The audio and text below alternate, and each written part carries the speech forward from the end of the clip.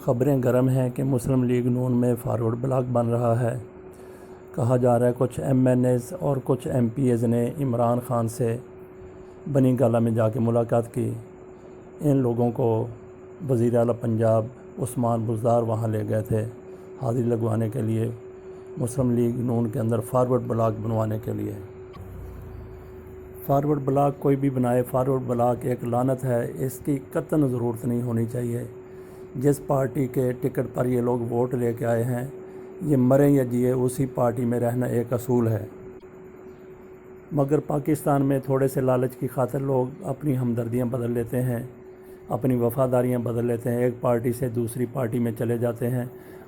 حالانکہ قانون کے حوالے سے اس پر پابندی ہے، فلور کراسنگ نہیں ہو سکتی، لیکن لوٹا بننے میں پاکستان میں کوئی شرم کوئی حیا محسوس نہیں کی جاتی۔ کوئی نہ کوئی قانونی سکم نکال لیا جاتا ہے، کوئی نہ کوئی قانونی موش گافی پیش کر دی جاتی ہے، جس کی وجہ سے ان لوگوں کا ایک پارٹی سے دوسری پارٹی میں جانا جائز قرار دے دیا جاتا ہے۔ شراب کو آپ کوئی بھی نام دے دیں، شراب حرام رہتی ہے، شراب ہی رہتی ہے۔ اس طریقے سے فارورڈ بلاک کی کسی طور پہ حمایت نہیں کی جا سکتی۔ یہ عمران خان کر رہے ہیں، جو بھی کر رہا ہے، یہ ایک لعنت ہے جس کو جڑوں سے اکھاڑنے کی ضرورت ہے۔ یقیناً فارورڈ بلاک بننا ایک لعنت ہے، مگر یہ مکافات عمل بھی ہے۔ مکافات عمل ہو تو بھی اس کی حمایت نہیں کی جا سکتی۔ یہی مسلم لیگ نون ہے جس نے اپنے 5 سال پیپلز پارٹی کے 44 ایم پی ایز کو اپنے ساتھ ملا کے فارورڈ بلاک بنایا اور اپنے 5 سال پورے کیے۔ اس وقت رانا ثناء اللہ مچھندر کوئی برا لفظ نہیں ہے، بڑی مونچھوں والوں کو مچھندر کہتے ہیں۔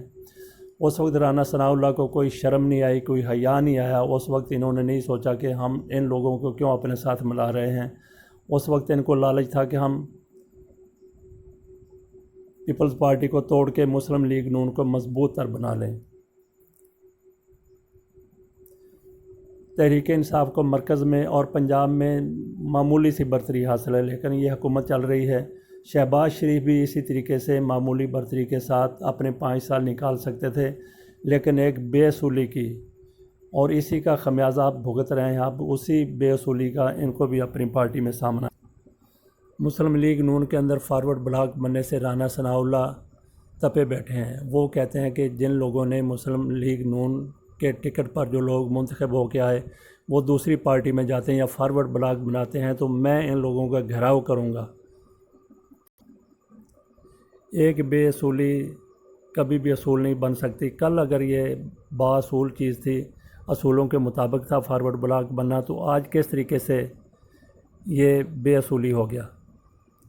دراصل اب گھر کو آگ لگی ہے، پوچھل کو آگ لگی ہے تو تکلیف ہو رہی ہے۔ رانا ثناء اللہ تو پوچھل پر کھڑے ہو کے کہہ رہے ہیں کہ کوئی جا کے دیکھے دوسری پارٹی میں، تو یہ ایسے بڑھ کے ہی ہیں، یہ نعرے ہی ہیں، دعوے ہی ہیں۔ جس نے ایک پارٹی کو چھوڑ کے بے شرمی کرنی ہے، بے حیائی کرنی ہے، اس کو کوئی نہیں روک سکتا۔ ویسے جہاں تک گھیراؤ کرنے کا تعلق ہے، مسلم لیگ نون کو پتہ ہے کہ گھیراؤ کیسا ہوتا ہے۔ ان لوگوں نے مسلم لیگ نون کی حکومت میں میاں نواز شریف ان دنوں وزیر اعظم تھے، جب ایک قادیانیت کے حوالے سے انہوں نے ترمیم منظور کرائی تھی، جس پر شدید احتجاج ہوا۔ تحریک لبیک والے اسلام آباد میں دھرنا دے کے بیٹھ گئے تھے۔